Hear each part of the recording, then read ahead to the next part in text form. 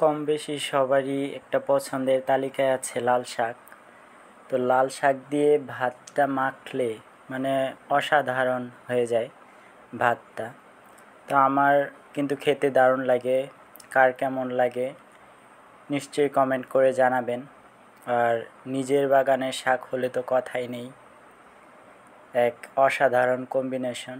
গরম ভাতের সাথে সকালে উঠে আপনি যদি শাক দিয়ে ভাত খান, বিষয়টা আসলে অসাধারণ লাগে।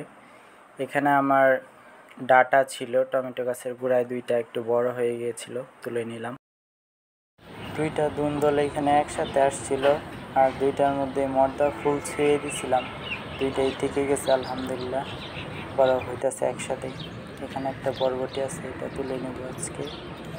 বরবটিগুলা রেখে দিলে অনেক বড় হয়, তুলে নিলাম। এখানে কয়েকটা সিম আছে, এই সিমগুলো আজকে তুলে নেব। আমি কাজ করতে করতে ছাদে বৃষ্টি এসে গেল, বৃষ্টির মধ্যেই তুলতেছি।